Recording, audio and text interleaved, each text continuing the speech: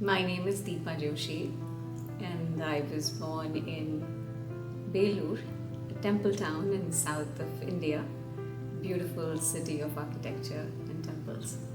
When we talk about values, I think respect was definitely number one.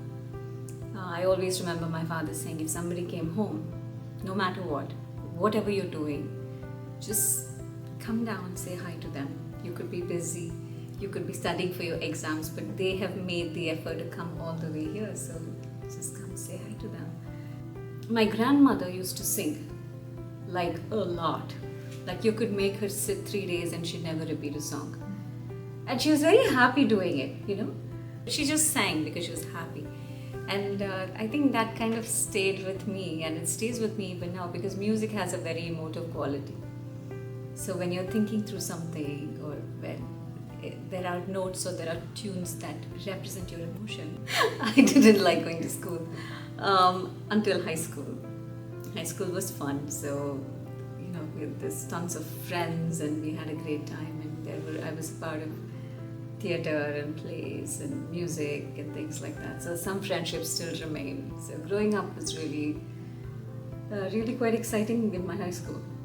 I don't think we had that many choices back in the day.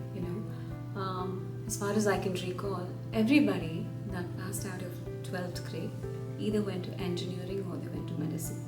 It's not like you had a choice. It had to be these two. What you do beyond that, nobody knew. And if they knew, then they were the lucky ones because they knew how to navigate. But I didn't want to do either commerce or studying accounting. I thought would be more interesting. One of the life-changing events I had was senior year of college. I met with a massive accident, like massive.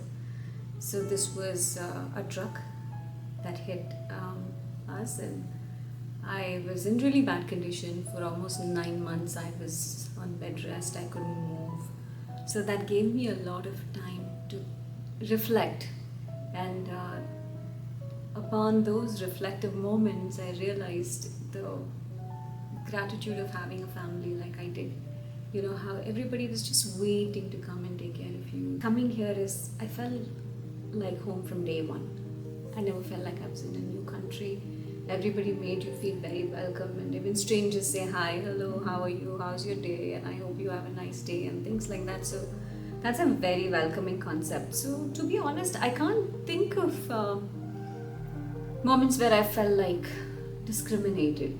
There were many other women just like me, immigrants who had just come from India, and who were looking for friendships, who were looking to sort of build a family around here that they missed back home.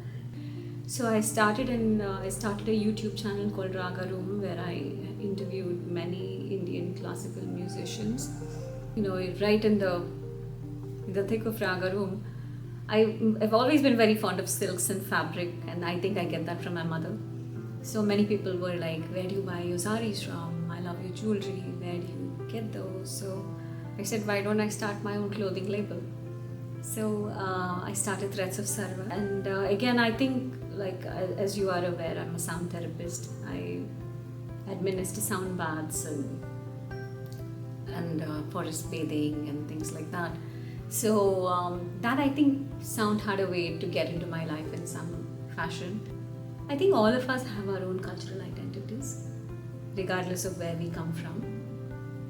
And I find that it's very difficult to bracket it and say that if I came from a different place, it would be different. But all of us have our own ways of growing into what we want to become or what we have become. We all have the same kind of opportunities, which is very exciting because all of these studies, what it does, it brings you to a common place, that we all have commonalities, and that is the beauty of it. Regardless of which culture that we come from, there are many resources from where we can actually delve into making it useful or applicable to our lives. So I come from South India, and therefore my South Indian influences have been quite strong. But having said that, having the foundation and the roots of that stability gives me the encouragement to explore other cultures. I tell myself I'm enough. Yeah, I wouldn't worry about the shade of my skin or my weight or my height or where I came from.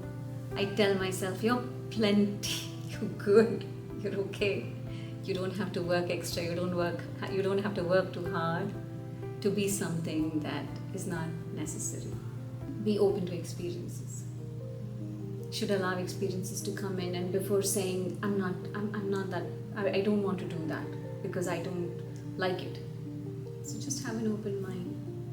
I think you never know what's calling your name.